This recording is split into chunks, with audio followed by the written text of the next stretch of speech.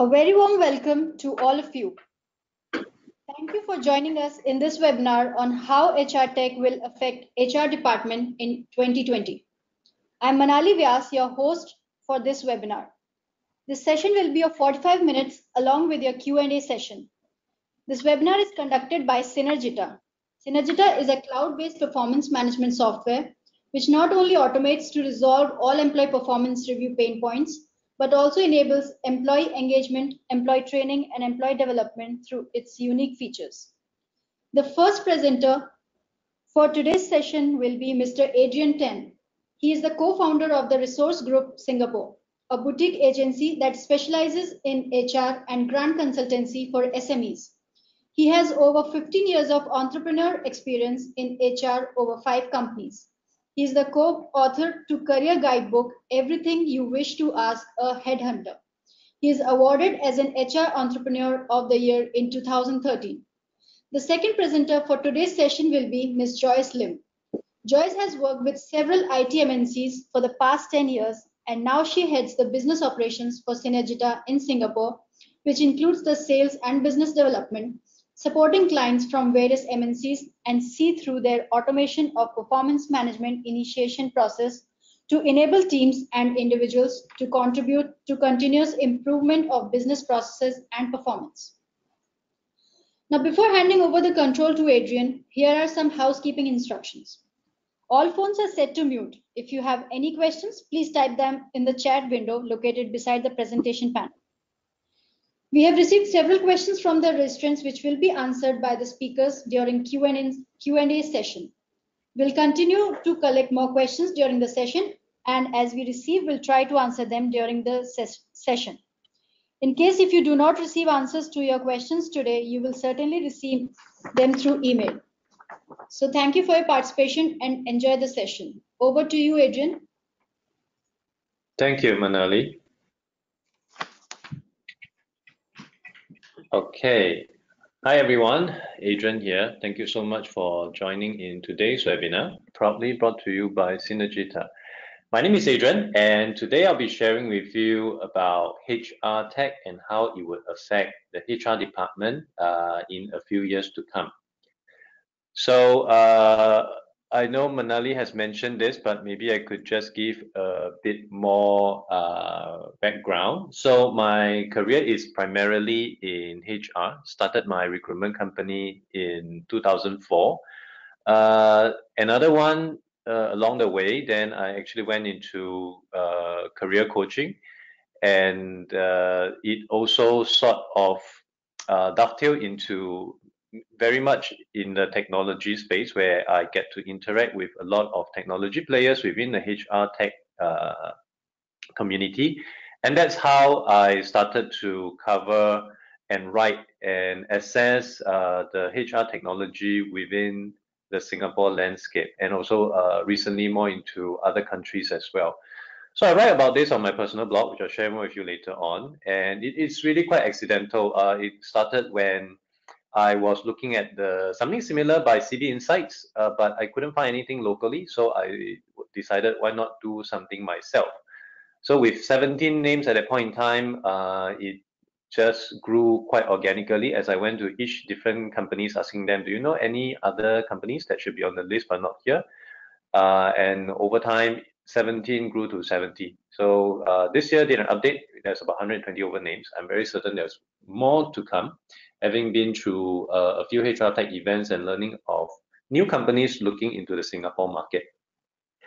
But that's enough about me. Today, I'd like to share more with you about HR tech. But of course, we can't do that without looking at the history of HR. Now, HR software market, as you may have noticed in whichever country you're from, has progressed and evolved quite tremendously. Now, personally, I would be speaking more from the Singapore perspective. And that, of course, as with most companies in the previous few decades, you will start from the system of record, where organization will require a system to help them keep track, manage vast amount of data and information, mainly for administration purpose. Then, of course, as we progress into the early 1990s, talent management system come into play. and then system of engagement, where you'll be looking at people management, using system to engage, empower, as well as to connect people. And right now we are looking into an era where the systems of productivity would come into play as companies understand that engaging or rather recruiting talent is getting more and more challenging. It would naturally be more prudent and more logical to try and engage them and try to bring the best out of them while they're still within your organization. And with all this permutation, obviously, it is to address certain changes that has arise over this period of time. Again, from a very local perspective, these are a few observations that I've made over this period of time. Firstly, obviously, organizations are changing. This is not just a local thing, it's a global thing. In the past, organization used to be extremely tall, extremely rigid. You can see from this slide, in the past, there could be multiple layer of hierarchy, and things are done in a very, or operated in a much more regimental manner. But in today's context, companies are becoming flatter and flatter. We are not just looking at your typical startup. In many larger organizations, they have also spun off different subsidiaries and departments so that they are able to react faster to the ongoing changes in the background. On top of that, organizations are also organizing themselves in a very different manner. There are even new ways of managing the workforce in this context, holacracy, where the organization structure are more flexible. There's more autonomy given to teams and individual, and decision-making process is also significantly different from how it was done traditionally. One of the organization that is most famous for piloting this and is still doing it today would be Zappos. They are famous for selling shoes online in US, and probably about, I think 1 or 2 years back, got acquired by Amazon. The transition obviously wasn't painless, but it has been, I believe, doing them well ever since the transition has more or less settled down. Number two, talent sources are getting more and more limited.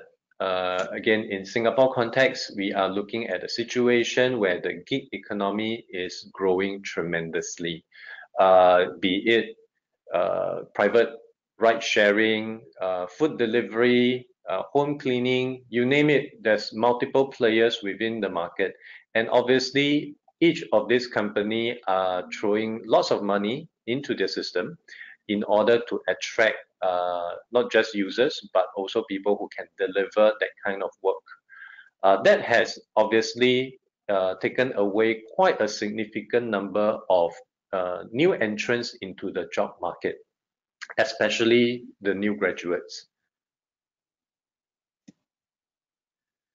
Coupled with a situation where the population is slowly decreasing, as you can see from this slide, over the next 2 years, or rather, actually this happened, started 2 years ago. Recently, it has really kicked in. Number of schools has merged over this period of time due to falling demand, and this coincides very closely with the falling birth rate. So for any countries with this kind of situation, that is something that they have to bear in mind about.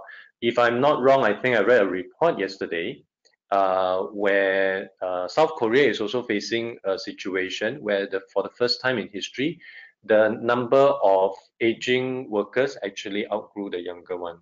So number of talents within the market would become more and more restrictive. Having said that, by 2020, millennials will still make up 35% of the global workforce. So you can imagine with lesser population to contend with, you also have a situation where every companies would definitely be outbidding each other in order to secure the interest as well as the commitment of millennials that they can hire. So you can just imagine the situation where you are being pressed from all three different directions, leaving each organizations with very limited opportunity or to look at the kind of talent that they want to hire. And I think significantly, something that didn't really happen, I would say maybe 5-10 years ago, although AI has been mentioned many times. If you go in Wikipedia about AI, it's not something new. AI has been around for decades. In fact, there have also been many cases of AI winters, where AI, when it first arose, overpromised but then under-delivered. So it went into cold turkey, only for it to arise again in some different shape, form, or size a few years later. But what I guess is different back then was the technology really wasn't advanced enough. It's not pervasive enough. It's just like how certain consumer technology might be ahead of its times. Like if you look at some of the e-commerce player that closed shop during the dot-com era, it could also be a case of that situation, because right now it will be a different case with how pervasive your smart devices are. So when it comes to AI nowadays, it has really jumped in leaps and bounds from the very first time you hear about AI. You can look at what Alibaba has done. They have created an AI that actually outguns humans in reading tests. So their natural language processing AI actually score higher than humans. What kind of case study or use case could we look at? Well, a simple use case could be a situation where your chatbots could be entirely automated. And automated means really no human intervention at all. Right now, you may still have a case where the simple questions will go through a flowchart. If it's something too advanced, they'll trigger you or kick you off to a human being. But if this Alibaba AI is really that solid, there will be a situation where no human intervention would actually be needed at all. And this is not just on reading tests. There's also AI that is telling up to automate accounting tasks, not exactly taking over the role of your financial controller or CFO, but more to the extent of trying to take over the daily, mundane, repetitive task of bookkeeping. So you can imagine a situation where you just throw in all your receipts, throw in all your invoices, and the software should be able to help you automate and create all the necessary journal entries that is important for you to conduct your business with. Even in the legal side of things, there's been great improvement in how AI is being adopted. JP Morgan had actually adopted AI in one of the pilot, where they had legal contracts being reviewed by AI. I think this happened, if I'm not wrong, last year or the year before. So a year's worth of contracts, traditionally, it would take 360,000 professional hours to complete. So when they tested the AI out, the AI only took 2.85 seconds. So you can imagine the number of people that will be placed out of job, or the amount of productivity this AI could actually bring out for this organization. And we're just talking about one organization here. Many more would definitely be keen to look into implementing AI into their business context. Number 4, productivity is waning. Now, I'm not really sure about other countries, but at least in Singapore, this is the case. There's an organization called Unit 4. They actually surveyed around 1,500 office employees in the service sector from 11 countries, such as US, Canada, UK, Australia. And Singapore office worker is actually the least productive among the 11 countries polled. This is exclusively just for the service sector, but this loss in productivity is actually costing the industry more than $36.5 billion annually.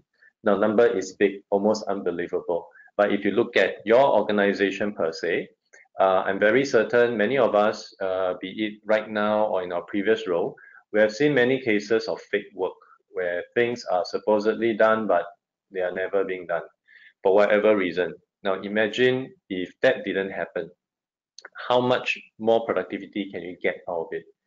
So with this productivity issue, which I believe would be one of the key and final nail into the coffin, which is why in today's context, in 2020, the key thing that I believe organization would be mainly focusing on would really be trying to drive productivity within their workforce. Not that the rest are not important. System of engagement, talent management, recruitment technology, all this has already been around for many, many years. And I'm very certain many of them are really in a very advanced stage of usage.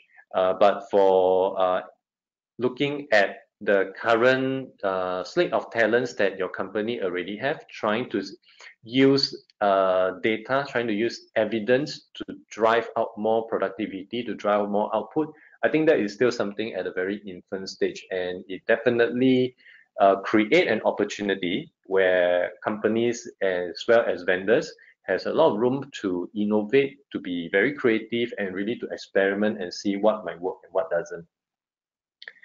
So with this in place, where I would foresee, of course, would be three major areas of impact that would significantly play a part in influencing how the HR departments as well as the HR landscape would function. And these three major areas of impact would obviously be artificial intelligence being the first one. I'll be looking at digital sidekick. I'll explain more about that later on, and also finally getting real-time feedback. First one, artificial intelligence. Now, instead of sharing with you some tedious university data or thesis, which nobody would probably be really finding interesting to go into, I will share with you an exact case study where organization has actually centered around certain of this technology or this innovation and really driving it very well in the market, giving you basically real case examples of partners or vendors that you could look into, you can have a conversation with in order to better identify and see whether it might make sense for you or not. But let me share with you firstly, of course, how AI is invading into certain aspect of HR. Firstly, in the recruitment space. Fetcher is a US company, and what they do is they combine mainly artificial intelligence with a fair bit of human expertise to fill positions at a fraction of time as well as cost. So essentially, they are using AI to potentially replace recruiters, agency recruiters, I would imagine, and headhunters, which is quite a hefty expense within the HR department, especially in Singapore context.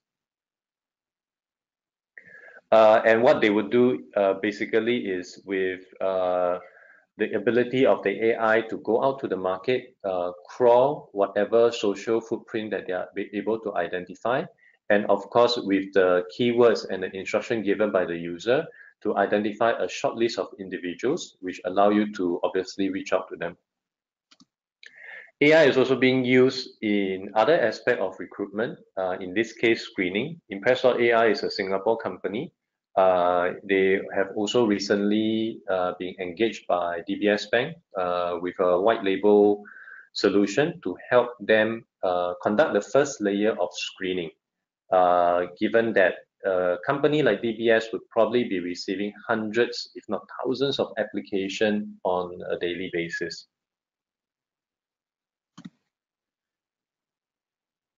Next, Pymetrics. Pymetrics is a US company. They have Asia Pac office in Singapore, and this really started from an angle where applying or combining neuroscience with AI to really change the way how candidates is being assessed. And one thing that I really like about this is with the introduction of AI in the recruitment phase, many bias is actually being removed. I'm not sure how it is like in many different countries, but having been in recruitment for quite some time and still having the ability and chance to observe how employers hire, there's really a lot of bias being introduced at almost every stage of hire. Are you of the same color? Are you of a specific gender that I like? Are you from the same university that I'm from? It doesn't really matter about skill set and competency, because human being would naturally introduce all these kind of preferences, which if you take a step back and try to analyze, it actually doesn't really make sense. In fact, it costs the company a lot, even financially, because you might be missing out on talents that you did not even get to see them coming in through your door because of all this prejudice. So using bias-free AI, they are able to predictively match people with jobs. And one thing I really like about them is the way of delivery is actually through a game, a phone app, brain teaser-ish kind of games, which obviously you can tell their target audience would mainly be the millennials out there.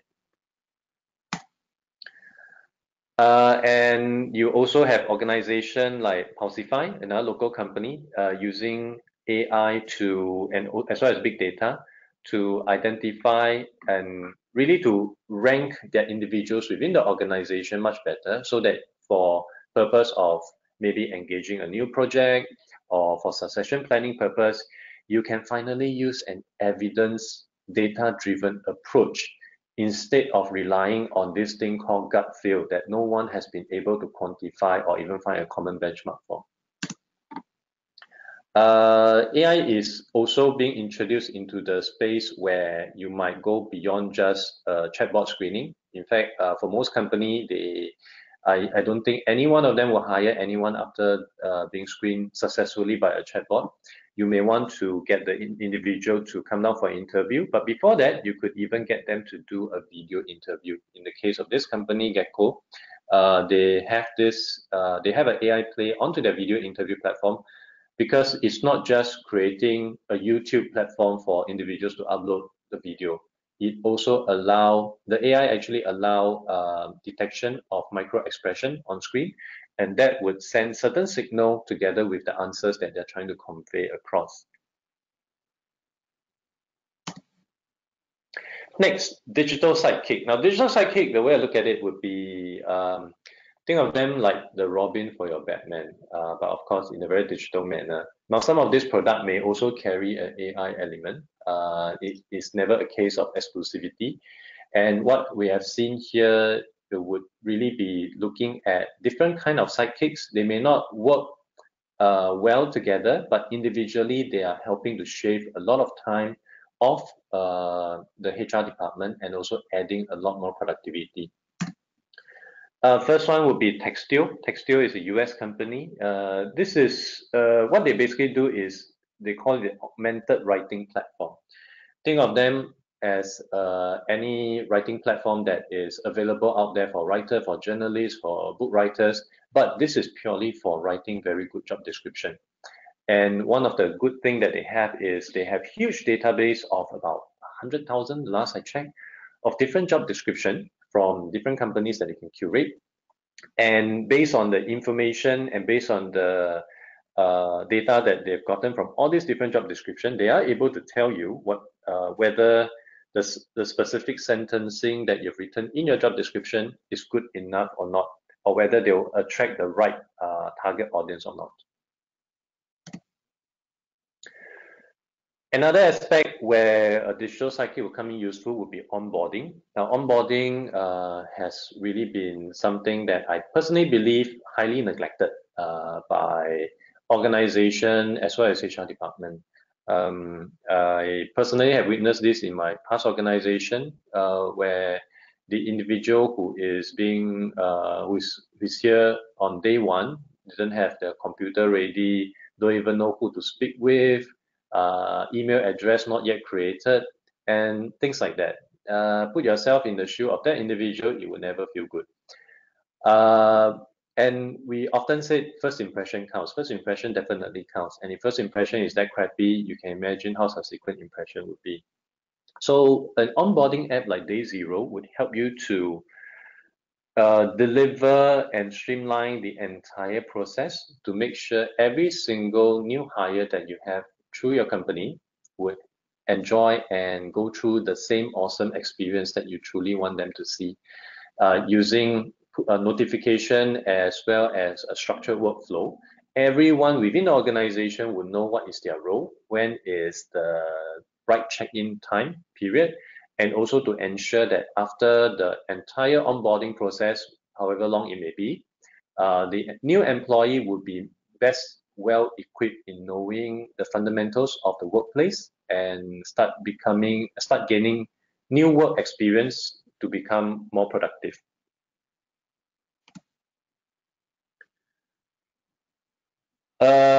I honestly have no idea how to pronounce this company. I think it's Furlough or something. But what they have is using AI to evaluate candidate. Importantly, is at scale. Now, how are they able to do this? They basically would be looking at all your digital footprint online.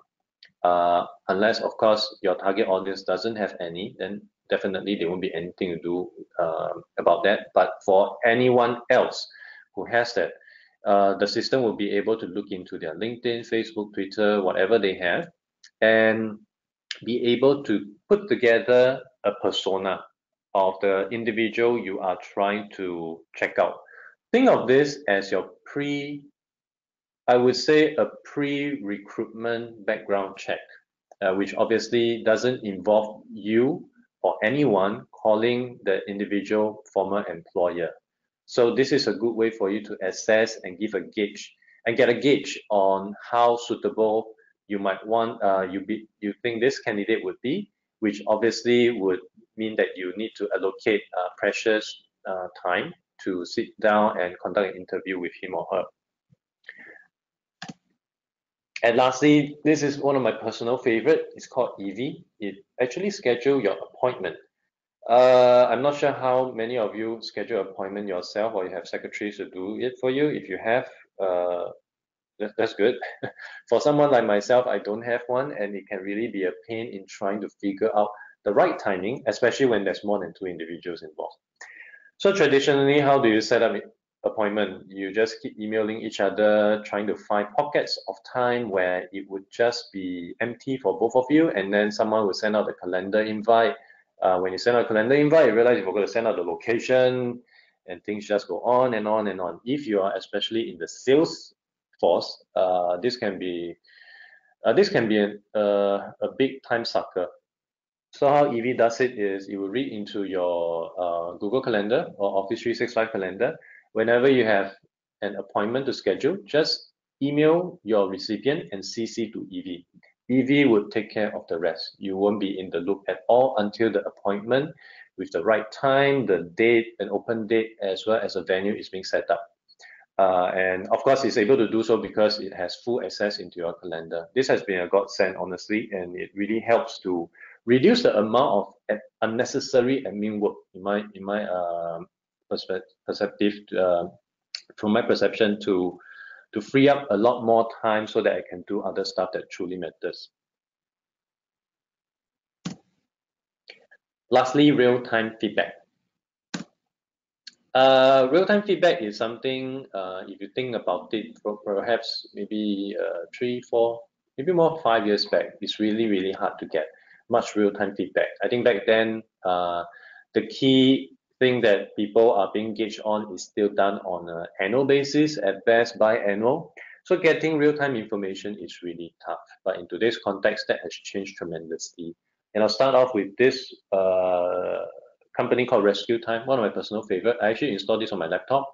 So it basically is somewhat like it's basically a time tracker. It doesn't do any key logging at all, but it tracks exactly how I spend my time whenever I'm on my laptop. So on a week-to-week basis, I'll get an alert to inform me, oh, okay, I'm 55% productive, I'm 60% productive, I'm spending too much time on social media. And that obviously will help me to adjust my sail and to make sure that my coming week will be much more productive, or to just take micro steps to make sure that I get less distraction at work. In my current business of HR consulting, most of the company that comes to us will always be asking about salary benchmarking. which I can understand why, because paying your people the right amount of salary might be a key differentiation or competitive edge compared to your competition. But I also realize how expensive salary benchmarking exercise can be. For us, we are still, I would say, provide a decent pricing. But for our competition out there, the likes of Mercer, Tower, Watson, you probably have to maybe sell off your car in order to pay for the fee. And then again, if you really think about it, information gathered at that point in time might still be outdated. It may not be that, there will always be a time lag involved. And also where the source of all this salary information is also not disclosed. I'm not saying anyone make up the numbers, but without having a clear understanding of the source of the data, it is very hard to make to ensure that the decision making that you make from it is really solid. A Singapore startup salary board aims to provide salary information in a more real-time manner. I personally tested this out. It even breaks down based on not just industry, but it can even drills down into company level. So let's say a telco, you can actually see individuals or at a different telco, anonymized of course, a rough banding, a range of what they're making and what's the estimated breakdown like, and giving you accurate salary information in a very real-time basis. And of course, we cannot ignore our great host, Synergita, in providing a very good platform for continuous feedback in engaging employees as well as to manage the performance of employees as well. The software covers pretty much everything under performance management, engagement, allowing employee goal setting, providing real-time continuous feedback, and which leads to recognizing and rewarding performance with virtual awards and redeemable brownie points. All of these features, of course, come together and lead to very good holistic employee development. And I think one of the key things that I will also be touching on later on is in today's context where things are changing so fast, it really doesn't make sense that any feedback pertaining to your employees' performance is still being delivered or being curated on a yearly basis. It just doesn't make sense anymore.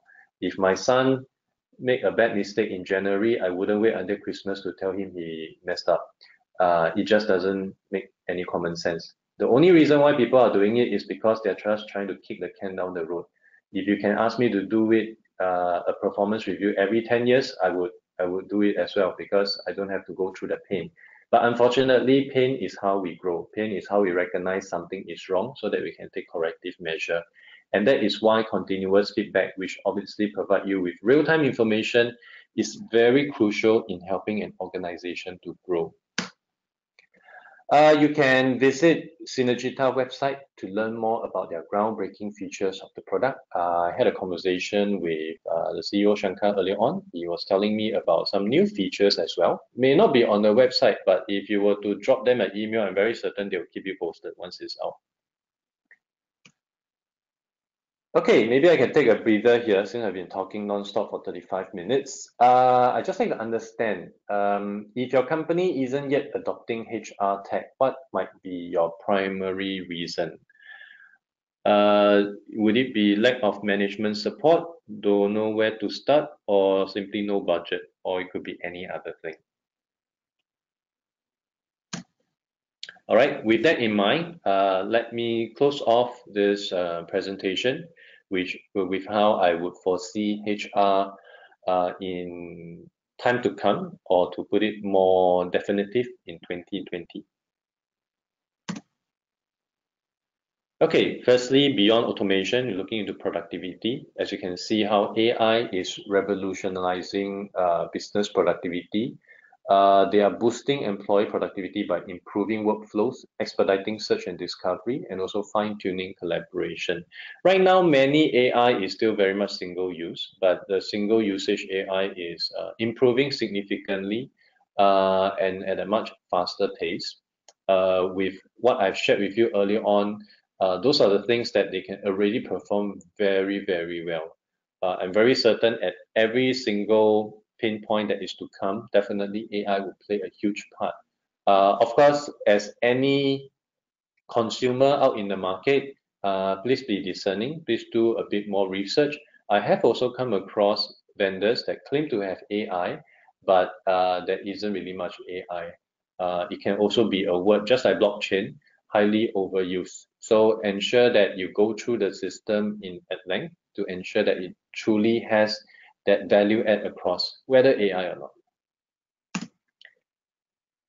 Next, brace for a suite of solutions rather than all-in-one platform.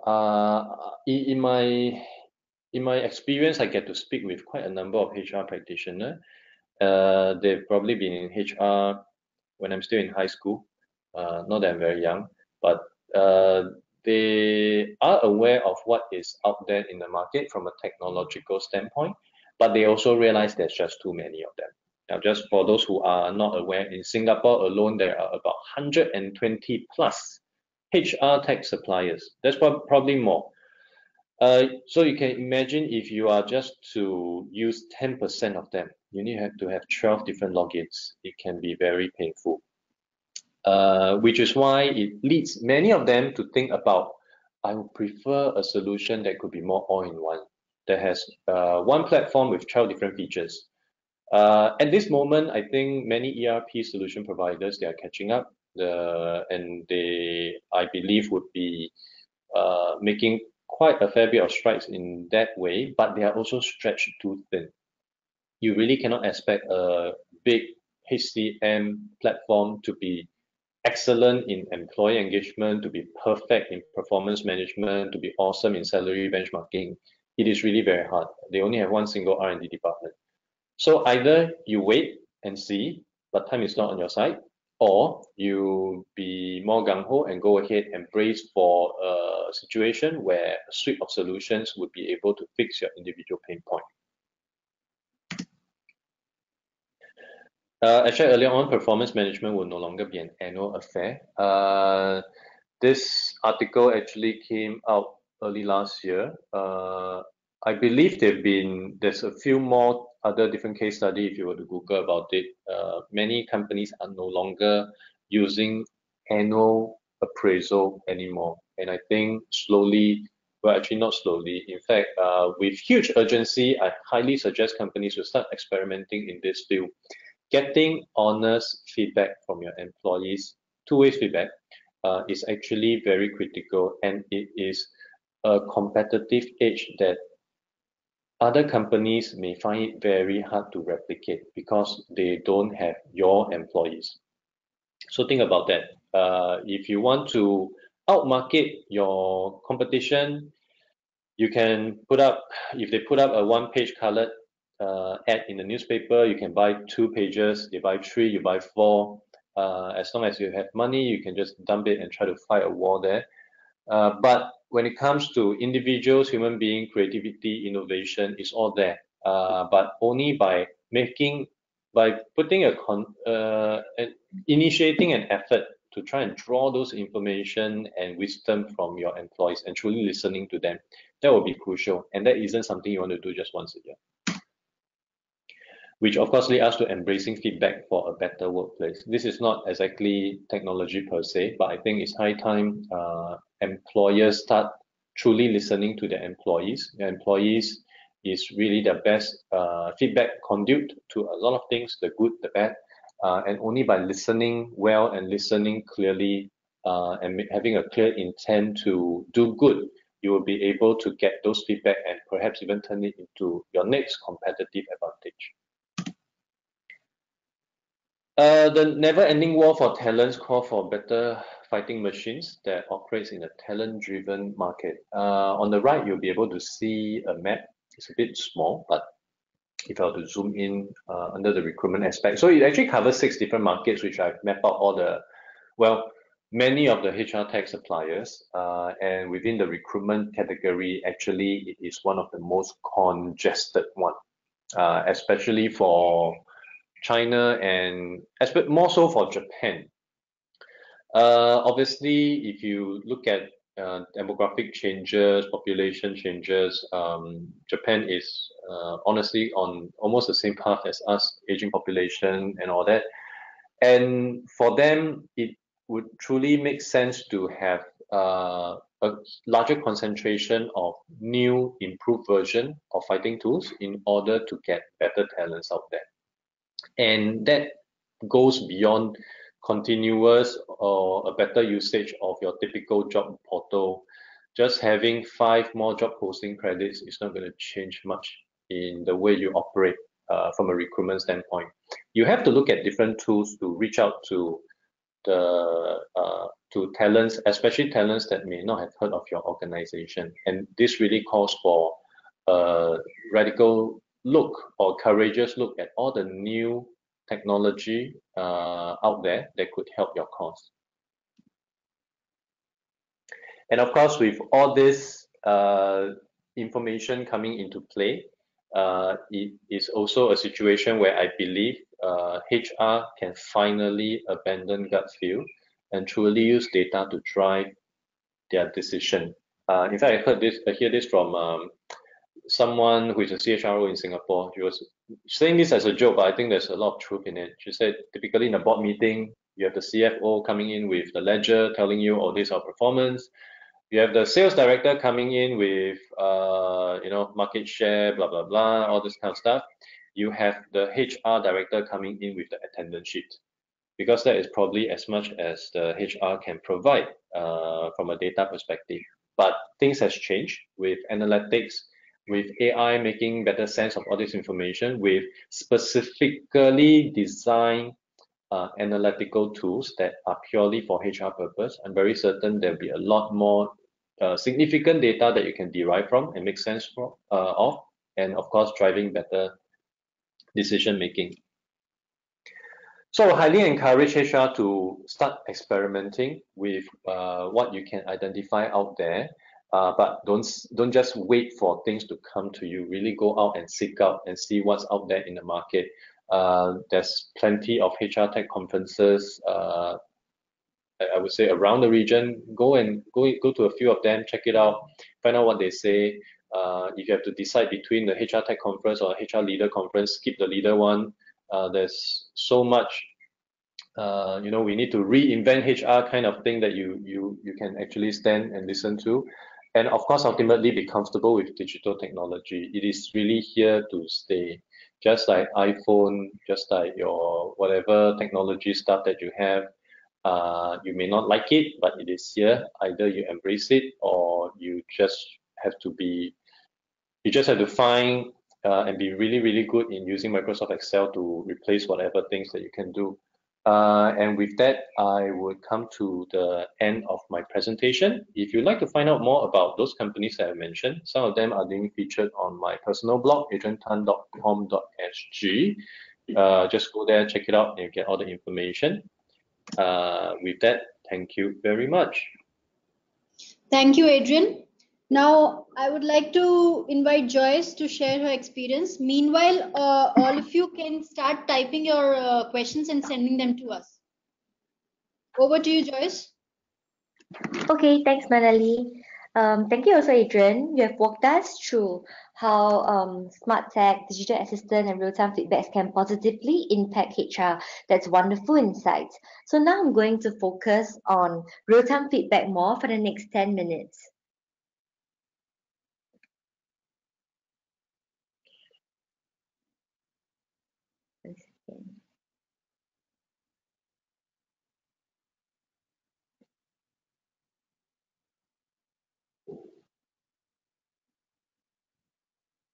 Okay, so I've been working with HR technologies for quite some time, and I get an opportunity to work with several MNCs and understand what they're doing in HR tech front. Just to give Joyce, you an introduction. Yeah. Sorry to interrupt. It's not on full screen. Oh, okay. Sure. Okay. So just to give an introduction. Also hide your this GoToWebinar screen. It's visible, Joyce. Oh, okay. Yeah. Are you able to still see it? Yes. No, continue. Now you can continue. Okay, sure. Thanks. So now I'm going to give a quick introduction about Synergita. Synergita is an employee performance and engagement software. It has gotten awards for Microsoft Code of Honor, Cody finalists, Best Human Capital Awards.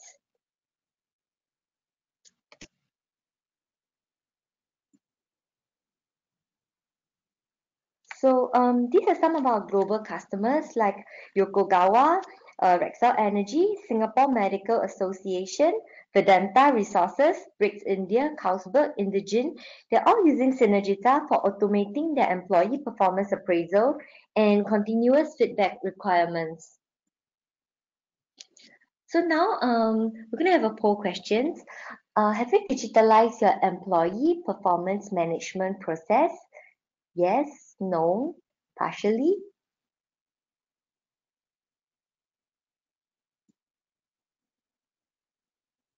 As you know, the world is moving towards continuous and real-time feedback. When we talk about continuous feedback, it indicates both positive and how to improve feedback. If you thank your team members, appreciate them, provide inputs on how to do better then and there, it helps a lot. It increases the collaboration between manager and their team members, peers, and colleagues. So naturally, I will feel appreciated if my manager comes and say, "Hey Joyce, you've prepared well and put across the benefits of continuous feedback to everyone in this webinar. Great job." Much more, if you remember this and say this in my appraisals, wouldn't I? So same is the case. Imagine if I can do better. It is better to tell me then and there instead of waiting for my review session. In this millennial world, instant recognition is extremely critical. I look for how many likes and comments I'm getting for my posts. Same is the case with majority of the employees, especially if you have employees in age group of 20 plus like the millennials. So now here comes poll question number 2. Are you using real-time feedback?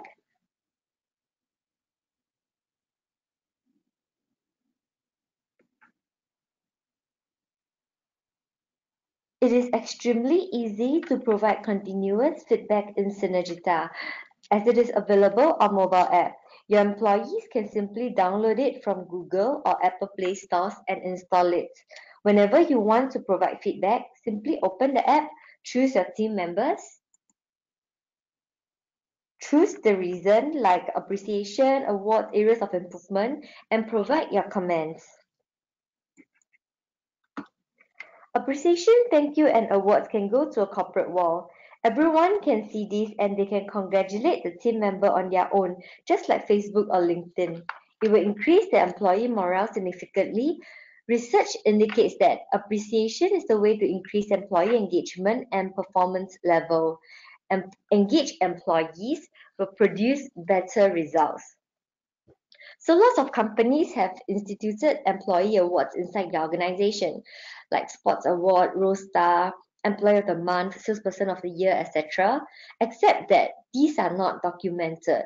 So a manager might not even remember when they get into annual reviews. With Synergita, it is a lot easier and it will be visible for the manager during performance appraisal. You can also gamify the process, take some points to each award and have a redemption mechanism. For example, 200 points for a GV Go Class movie ticket or Grab Taxi voucher. This would provide instant motivation to the employee for the extra push to promote a positive environment. Or if you have something like Hi-Fi Awards, Quench, etc., Synergita can be easily integrated with them. So we have recently launched continuous feedback to one of our customer, the Craftmarks Group in Singapore. This is a cupcaking function that we did along with the entire team on National Day. So everyone is dressed in red color. You can see the directors of Craftmark and the head of HR Sofen in this photo. They are a retail company focused on leather bags, shoes from Germany. Majority of the people are focused on sales. So they have sales promoters located in various shopping malls such as BHG for promoting Craftmark products. Sales managers visit various stores to provide guidance to the sales promoters. They have a beautiful process to provide spot awards when they see a sales promoter doing a good job. Now, the same is brought into Synergita. Simply take a mobile app and provide the spot award. Everyone within Craftmarks will know immediately. I can talk a lot more about Synergita, how it can help in holistic employee performance and engagement. If you want to know more, please feel free to let us know and we'll be happy to showcase Synergita to you. So thank you very much. Back to you, Manali. Thank you, Joyce. So we've received few questions. I'll be reading it out. The first question is for Adrian. HR technology is ever changing. How was it possible for you to predict HR technology trends for 2020? Hi, Manali. Thank you for the information. Honestly, my prediction may not come true at all. What I'm really sensing here is looking at all the different signs that points to something and using that as a basis for prediction. Just like how the way, for instance, if you look at in Singapore, the drop in population, working population, that naturally would definitely have an impact in a few years' time when people start to retire and there's lesser entrance to the market. And obviously, it points to a situation where the war for talent would remain strong. But having said that, it also depends on the number of companies that would still exist at that point in time. So obviously, all this prediction can never be accurate, but it is a way for us to identify what the future may hold so that we can be thoroughly prepared for it. Thank you, Adrian. Another one is again for you. How does these tools which measure productivity measure creativity and innovation? Thank you. For creativity and innovation, honestly, at this point in time, I have yet to identify from an analytics perspective anything that has a focus in this space. Let me give you an example of how things were done in another context. Uh, I think it started in 1996 when resume parsing still first came into the market, or maybe even slightly earlier than that. When it first started, it was all about just keywords. Now, keywords they don't differentiate meaning, so there's no semantic. But over time, semantic technology come into play, natural language processing, blah blah blah, and we have a situation where right now, of course, Alibaba AI is making it better in assessing reading and comprehension than a human being. For all these analytic tools so far, it is really on the basis of hard data that they are able to curate automatically or subjective data, of course, based on perhaps the perception of your supervisor. You can easily ask your supervisor on a rank of 0 to 10, 10 being the highest, how would you rate me creatively? Those are information and feedback that at this moment, all these different platforms are getting in. And of course, using that as a basis, combined with all the other hard data to form certain judgment. If you are expecting more automated way of getting all this information, I don't think technology at this moment permits such innovation yet, but I'm very certain all that will definitely come one day. Thank you, Adrian. Another one is for Joyce. How to create a culture in an organization that requires them to use continuous feedback or real-time feedback. Okay. So it all begins with like starting promoting this culture, having a habit in the organization. Because sometimes if let's say they were not using it initially, probably they were just doing those once a year annual appraisal. So we actually strongly encourage them to start using some tools such as continuous feedback. So just so that every time they have an appreciation, they can just send it across different departments. For example, the sales team can actually send an appreciation to thank the marketing for supporting the roadshow or the event that went smoothly. So maybe other salespeople can also comment on the same feedback that was posted, like, oh, thank you so much for your help and stuff like that. So with this ball rolling, right, it will actually encourage them to voice out more, to appreciate their peers more often. So this is how we try to bring in a culture into a company. And of course, HR can also create spot awards along the way to actually encourage employees to provide instant gratification, encourage employees to use the software more often. So these are small things that we are trying to bring in place in the software to actually encourage them to use it to promote a better culture. Thank you, Joyce. Another question for Adrian. What could be the role of AI in performance management space? In performance management space, I would see it from the angle where it is being used to really provide better decision making in identifying certain for instance, let me give you an example. So if you're looking at improving yourself from a context, AI might be able to direct you in a more specific manner. So looking at where you are, getting all the information that the company has about you, looking at the different roles within the organization right now, the AI will be able to better identify what are your shortcomings, where can you go to fix this up, who can you speak with within the organization, because you also have attributes of other people within the organization, which are the events that you should go to. The AI could, in a sense, become your sidekick as well, to help you map out and see what are all these, when are all these significant events, people, situations that you should be in order to really excel and make up for the missing shortcomings that you believe you have. So I think from that perspective, AI could play a large part in trying to beef up the individual attributes of every single employees within the organization. Thank you, Adrian. We are getting more questions, but it's time to wind up a session. So we'll share the answers to your questions through email. And if you have any other questions also, you can send an email at info@synergita.com.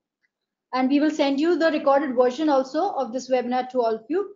And thank you, Adrian and Joyce, for sharing your experience with us. Hope you all had a good and informative session. Thank you all for joining us. Thank you, Adrian. Thank you, Joyce. Thanks, Welcome. Thank you. Manali.